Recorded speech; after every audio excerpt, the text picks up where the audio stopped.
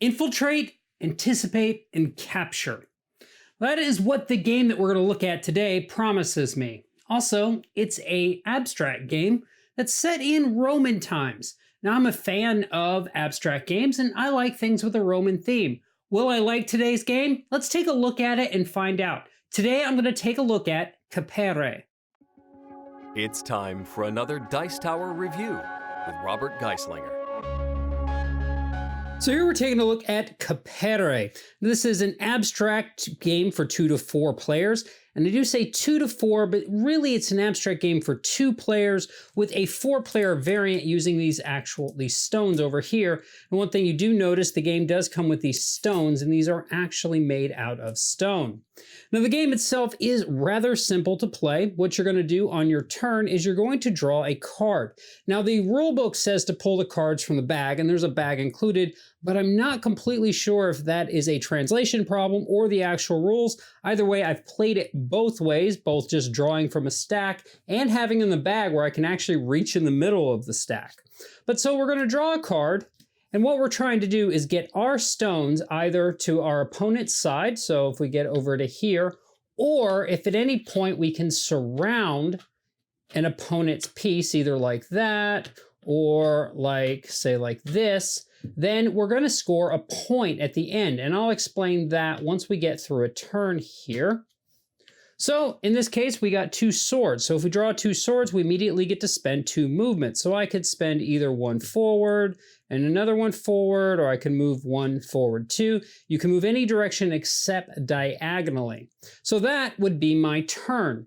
Then my opponent would go and they would draw a card if they wish here, and they're going to get a god card, which is immediately going to give them a choice of 2 things. They can either store that god card, in which case they leave it face up in front of them to use later, or they can use it right now. So let's say they decide to store that card for another turn, and they then draw a movement card because they chose not to use it. Well, they get 4. So maybe they go 1, 2, 3, and 4.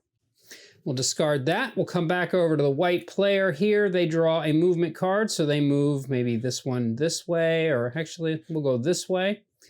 And then it comes back to this player, and maybe they decide to use the God card. Now, the God cards are named after Roman gods here, and this one happens to be Mars. It allows them to remove from the board any one of their opponent's adjacent soldiers that's not diagonal to one of theirs. Well, they actually can't use it. But let's just say that they were here, and they chose to use it. Well, they could remove this from the board, but they wouldn't score a point for it. So then it moves back, and because they used it, they don't draw. The next one draws, he gets 4. So you can see it's going to go back and forth. Anytime at the end of your turn, you're going to check for any victory. So in this case, or victory point rather, so in this case, at the end of the white player's turn, they've got 1 there, they're going to score a point. So they're going to move this up, and then they're going to take that piece and move it back, straight back, unless, let's say instead this had been the case, and they scored here, they come straight back, instead they'd move to here. Other god cards in the game, you have Minerva's Oracle here, which allows them to, if they draw a movement card and they're unhappy, they can play that one and return it back to the bag. You've got, let's see here, Neptune's Double Horse, which allows the player to do jump. So if we played it, we could do a jump, and this is actually a double jump, so we could jump again. We've got, let's see if we can find another one here real quick, just to give you another example. Here we've got Vulcan's Shield. Vulcan is a blacksmith to the gods, and his shield allows an opponent to just cancel their turn outright. So it'll allow you to essentially play it out of turn to stop a player from taking their turn. The final type of card that you can draw is Medusa. If you draw the Medusa card on your turn, you lose that entire turn. The game is played until one player gets 6 points, at which point they are the winner. Now, as I said, you can play in teams where instead of starting with 8 of your stones, you start with 4, and each player is playing in teams to 6, basically following the same rules. And there is another variant where instead of leaving the cards face up in front of you when you choose not to use them, you actually keep them hidden so that your opponents can't see. Again, first player to 6 points is the winner. Okay, so that is a look at Capere. Now at the top of this video, I put a question out there stating that I like abstract games, I like things with Roman themes. Would this game be able to make me happy in what it accomplishes? Sadly, the answer to that is no. And it's not that it's a terrible, terrible game. It's just that it's not a good game and it's not much of a game. Now, I'm not going to fault that because it is an abstract game. And for a lot of people, abstract games aren't much of a games. I personally enjoy abstract games because I find them relaxing. I find them soothing. The problem with this one is that, first off, I probably, if I'm being honest, had more fun making fun of the game than I did playing the game. And second off, every person that I played this game with, I had to convince them to finish the game out because about halfway through, they didn't want to play anymore. And that's never a good sign because I play with people who have played some really bad prototypes and they've seen it to the end. Now, I did something a little different with this game versus the way I normally do games that I'm looking at for review. I handed it to someone else and I asked them to learn the game and teach it to me when I get back.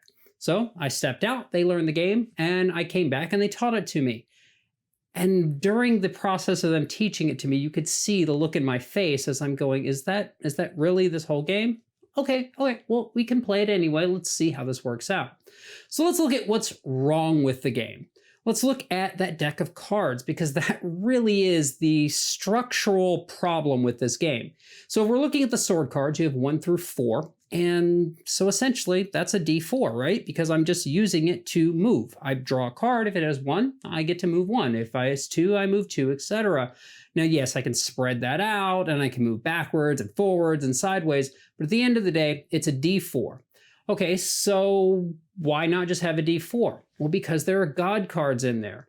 Except for the God cards don't really feel that useful and they're face up if you don't use them. So what I think I would have liked to have seen in this game is a D4. I roll it, I move them, and then if I roll a 1, I get to draw a God card as a consolation, and I would like to always keep it secret.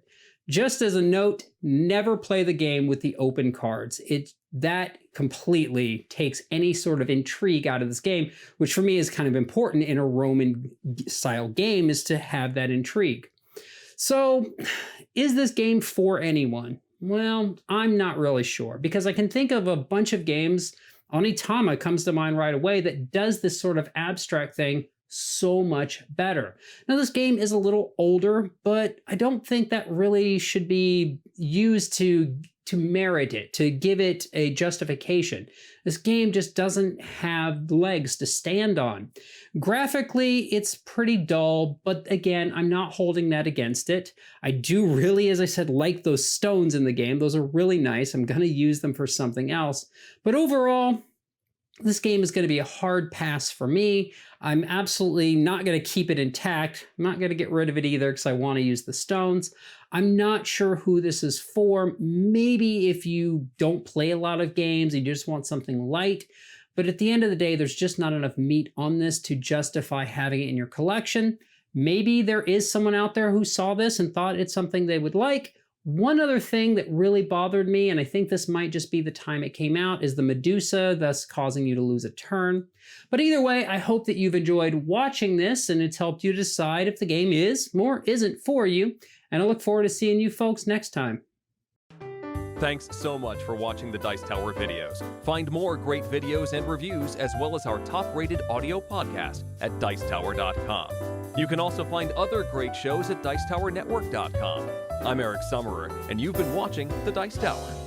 The Dice Tower is sponsored by Cool Stuff Inc., where you can find great games for great prices. Cool stuff in stock. Check them out at CoolStuffInc.com.